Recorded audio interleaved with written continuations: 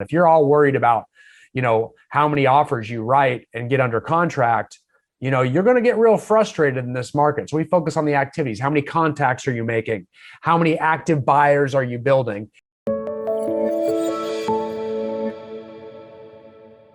A team goal or an organizational goal.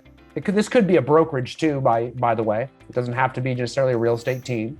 So it's a viral goal that encompasses the goals of all the different team members. So it actually it's gonna be a goal that runs virally through the entire organization. So let's say a real estate team, you've got buyer's agents, listing specialists, inside sales agents, listing managers. They've all got personal goals. Those personal goals are tied into the team's organizational goal. And we show you how to build that so that everybody's vested, because too often with real estate teams, you have a high performing leader that has a goal, and that's the only person who really cares about the team's goal. The rest just want to get their money, you know what I'm saying, and get paid. So they aren't all bought into the team's goal. Yeah, every agent should have their own goal and their own dashboard, in my opinion, so they can have positive accountability with whoever's leading that team. Absolutely. And it should be all aligned. Yeah, and your platform at CSU does a great job of doing that. Our second key component is we're activity-based, right? We have to focus on activities, not just results. Because too often we get hung up on the results, and that is a killer in this market, like we just talked about. If you're all worried about, how many offers you write and get under contract, you're going to get real frustrated in this market. So we focus on the activities. How many contacts are you making? How many active buyers are you building? And we have faith that by focusing on activities, the results will follow. So our key focus is activities out in front of us all the time.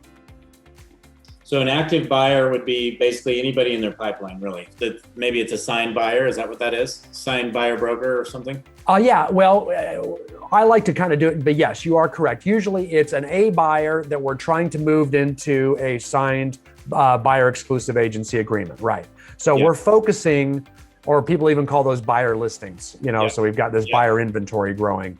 Right. So our focus is constant contact to our A buyers that are actively looking and would buy something if they found the house they wanted, and they will actively go look right now. That roughly is what we call an A buyer.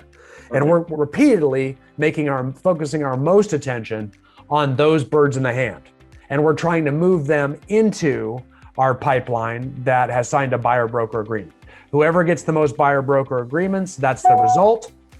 The activity that we're focused on, the ABI, is contacts made to those active buyers. And that is the most important metric to focus on. The contacts made, the conversations or, text messages, whatever. Correct, you bet. And that's our focusing on those activities. And how do we do that? What are the different ways we do that? What different markets do we do that in? Because there's a bunch of different ways to generate business in real estate, and a lot of different ways you can do that. And we talk a lot about that in the book. And then our third component is cultivating responsibility through public accountability.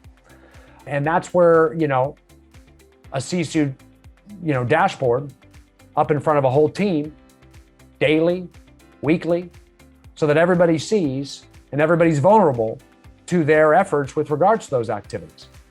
And results are also public too. So we want to make those public. And that's just kind of like, that's pretty basic. I think everybody can relate to trying to go to the gym by yourself, or trying to work out by yourself, or do you really go to church if your wife doesn't make you?